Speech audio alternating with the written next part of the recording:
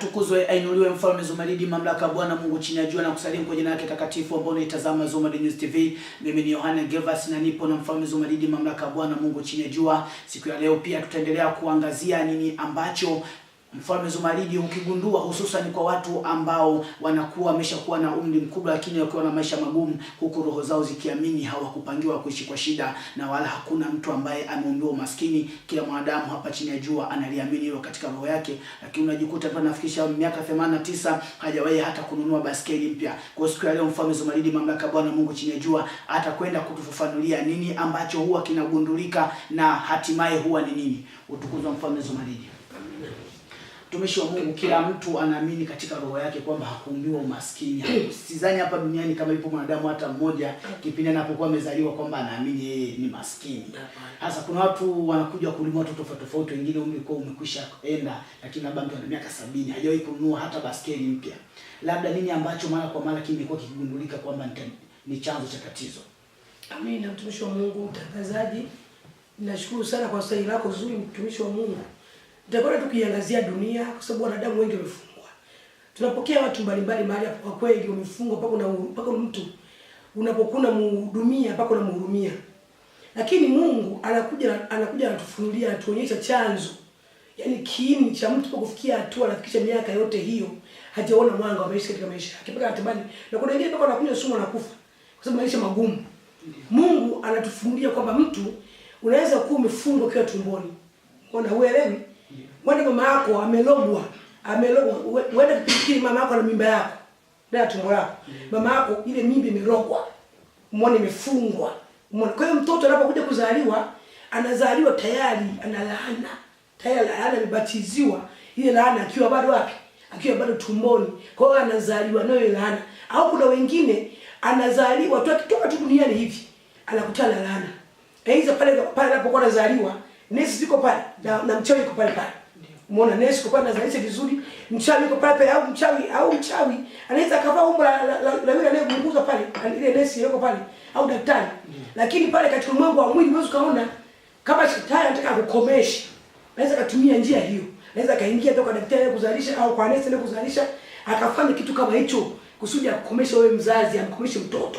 Kuna kuta mtoto amefungwa tangu anatoka tumboni au akiwa tumboni. Kwa hiyo unakuta mtoto maisha yake yalikuwa ni mabaya, magumu, ya shida. Hata kama kifikisha umri wa miaka 20, hata kama angeanza biashara gani, ili biashara inagoma. Hata kama angekuwa na mtaji gani, kwamba labda amepata mtaji wa milioni 10 au labda ameenda kukopa, amejiingiza kwenye mikopo ya benki, ameenda kukopa hata milioni 5, ile hela lazima ife. Kwa sababu huyu amefungwa tangu tumboni, tangu anazaliwa. Kifungo chake kitokea pale labda kipindi anatoka tumboni au akiwa wapi? Akiwa tumboni. Kwa hiyo ni vigumu kuamua. Unakuta mtu anaishi maisha ya shida mpaka anafikia hatua anazeeka hadi kupata mwanga. Unaona? Au unaweza tukakuta tu, yani mtu labda kapata labda mwanga kidogo, labda kapata labda kamtaji, hata kama fikita na milioni 2, shika mtaji wote unavali. Mtaji wote unashuka. Amekopa labda amedunduliza huko benki anakuja anafinisiwa.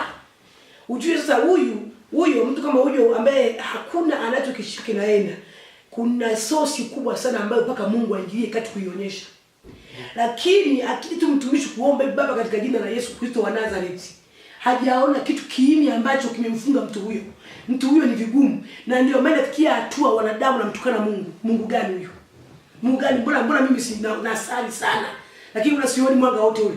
Natoa sadaka, najitahidi mchango natoa kanisani. Mbona kama haujakutana mtumishi wa Mungu ambaye ana connection na Mungu ya kuweza kuligundua tatizo, wewe umefungwa tangu ukiwa tumboni, au umefungwa toka tumboni, au ulifungwa kila miaka kadhaa, au mzazi wako alipeleka kwa mganga kienyeji kwenda kukutibisha ukapata laana kule.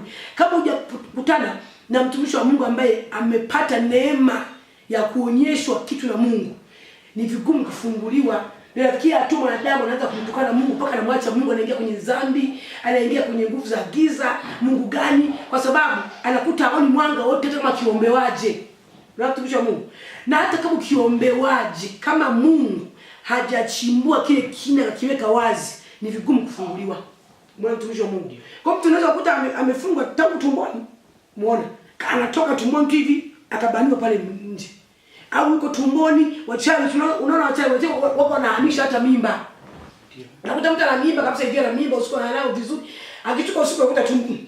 Kuna tumbo langu liko. Kumbe mimba imechukuliwa ile usiku, mtoto kachukuliwa usiku, amehamishwa, anafanywa mazingaombe katika ulimwengu wa roho, kisha asubuhi mtoto na mimba.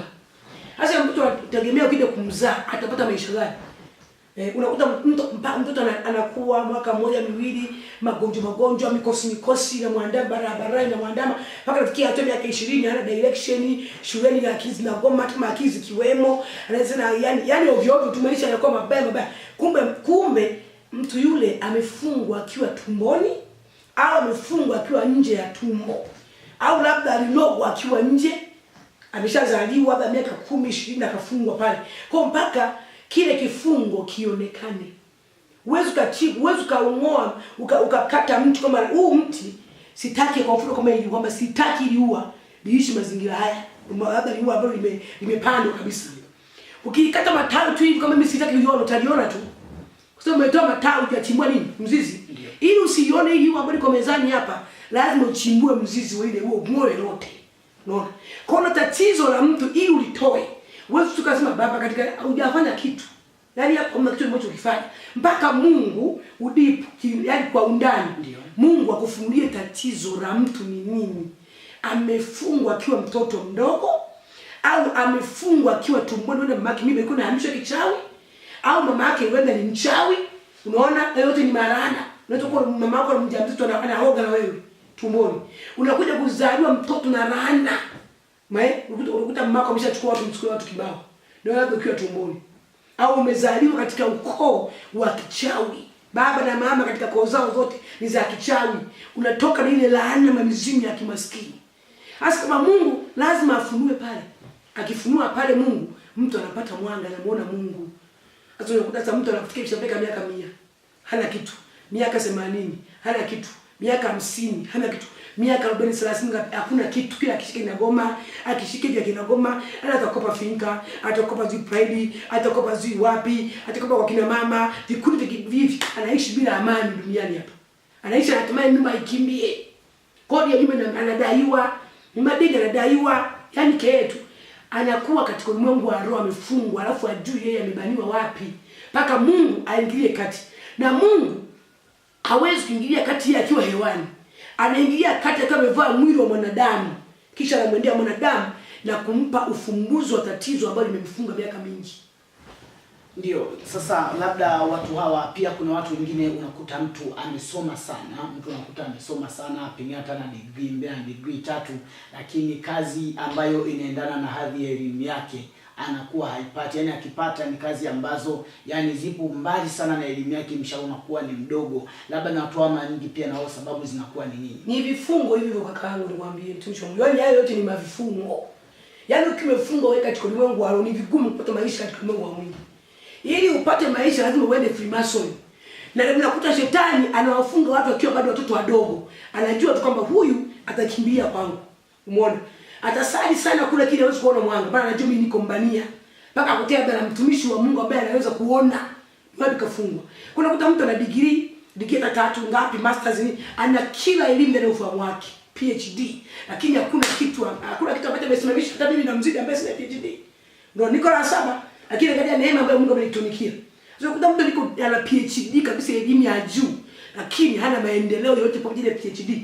Unakuta aidha kuna laana za ukoo ambazo zimemfunga, mizimu ya ukoo imefunga maisha yake, au yeye mwenyewe huenda alikuwa anapenda sana kwenda kwa waganga kapata laana kule.